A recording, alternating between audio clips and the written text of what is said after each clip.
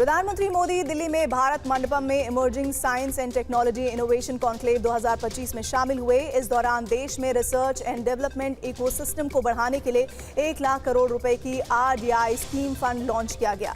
प्रधानमंत्री मोदी ने कहा कि भारत अब केवल टेक्नोलॉजी का कंज्यूमर नहीं रह गया है, वो टेक्नोलॉजी के जरिए ट्रांसफॉर्मेशन का पायनियर बन गया है।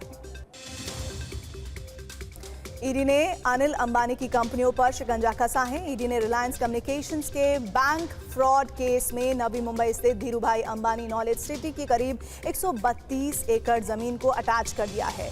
इसी की कीमत 4,500 करोड़ से ज्यादा बताई जा रही है। इससे पहले भी ईडी रिलायंस ग्रुप के 42 प्रॉपर्टीज को अटैच कर चुकी है, जिनकी कीमत 3,083 करोड़ से ज्यादा थी।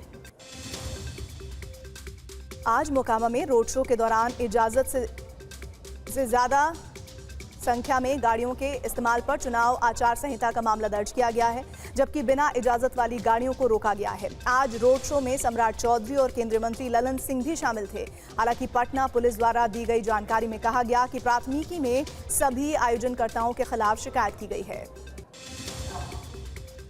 जयपुर में सीकर रोड पर भीषण सड़क हादसा हुआ, जब तेज रफ्तार डंपर के ब्रेक फेल हो गए और उसने कई वाहनों को कुचल दिया। इस हादसे में अब तक 14 लोगों की मौत हुई है और कई घायल हुए हैं।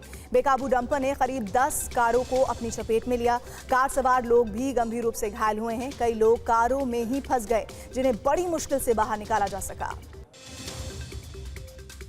असम के मुख्यमंत्री हिमंत बिस्वा शर्मा ने आज दावा किया है कि सिंगर जुबिन की सिंगापुर में हत्या की गई थी। उन्होंने ये दावा ऐसे समय किया है जब मामले की अब भी जांच चल रही है। हिमंता ने कहा वो इसे हादसा नहीं मानते। इस मामले में 8 दिसंबर को आरोप पत्र दाखिल होगा।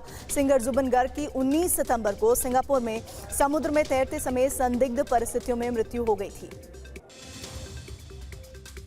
सुप्रीम कोर्ट ने डिजिटल अरेस्ट स्कैम के बढ़ते जाल पर सख्त रुख अपना लिया है। कोर्ट ने कहा है कि इस पर तुरंत कड़े कदम उठाने की जरूरत है, वरना ये समस्या और बढ़ेगी। SG तुषार मेहता ने कहा है कि गृह मंत्रालय की एक अलग इकाई कई कदम उठा रही है। इस पर जस्टिस सूर्यकांत ने कहा कि ये चौंकाने वाला है कि पीड़ितों से लगभग 3,000 करोड़ रुपए वसूले जा चुके हैं और ये सब हमारे देश में ही हो रहा है।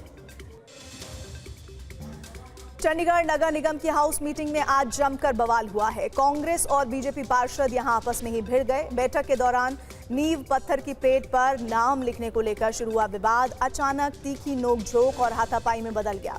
इसके बाद कांग्रेस और बीजेपी पार्षद के बीच मारपीट की नौबत आ गई और धक्का मुक्की हुई। मौके पर मौजूद सुरक्षा कर्मियों ने किसी तरह स्थिति को संभाला।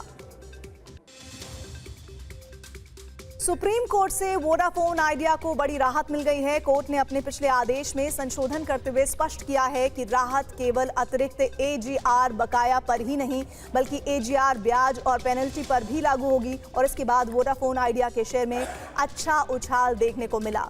NSE पर वोडाफोन आइडिया 9.74% की तेजी के साथ 9 रुपये 58 पैसे के स्तर पर बंद हुआ।